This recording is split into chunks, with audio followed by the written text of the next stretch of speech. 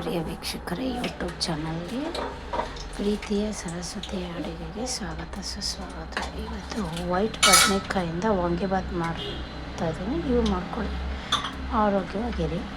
ಇದು 4ರಿಂದ 5 ಈ ಥರ ಸಣ್ಣಗೆ ಹಚ್ಕೊಂಡಿದ್ದೀನಿ ವೈಟ್ ಬದನೆಕಾಯಿ, 2 ದೊಡ್ಡ ಗಾತ್ರದ ಈರುಳ್ಳಿ, 5-6 ಟೊಮಟೊ, ಸ್ವಲ್ಪ ಕರಿಬೇವು, ಸ್ವಲ್ಪ ಕಡಲೆಕಾಯಿ ಬೀಜ ಹುರಿದು ಇಟ್ಕೊಂಡಿದ್ದೀನಿ, ಮತ್ತು ಎಣ್ಣೆ, ಸಾಸಿವೆ, ರುಚಿಗೆ ತಕ್ಕಷ್ಟು ಉಪ್ಪು ಮತ್ತು ವಾಂಗಿಬಾತ್ ಪೌಡರ್ ಇದೆಲ್ಲ ಹಾಕಿ ಎಣ್ಣೆನಲ್ಲಿ ಚೆನ್ನಾಗಿ ಫ್ರೈ ಮಾಡಿ ಬೇಯಿಸಿ ಅನ್ನ ಹಾಕಿ ಕಲಸಿದ್ರೆ ವಾಂಗಿಬಾತ್ ರೆಡಿ.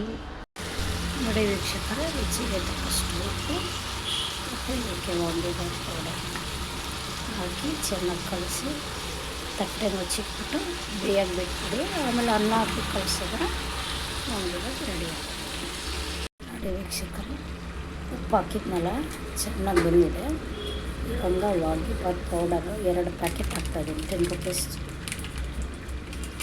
MTRದು ಮನೆಯಲ್ಲಿ ಮಾಡ್ತಿದ್ದೆ. ಅದು ಮಾಡಿಬಿಟ್ಟು ನನಗೆ ವೀಡಿಯೋ ಅಪ್ಲೋಡ್ ಮಾಡ್ತೀನಿ, ವಾಂಗಿಬಾತ್ ಪೌಡರ್ ಹೇಗೆ ಮಾಡೋದು ಅಂತ.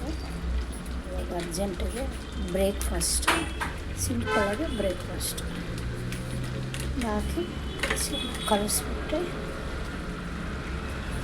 ವಾಂಗಿಬಾತ್ ರೆಡಿ ಆಗುತ್ತೆ. ನೋಡಿ ವೀಕ್ಷಕರೇ, ಇವಾಗ ಅನ್ನ ಹಾಕಿ ಕಲಿಸಿದ್ದೀನಿ.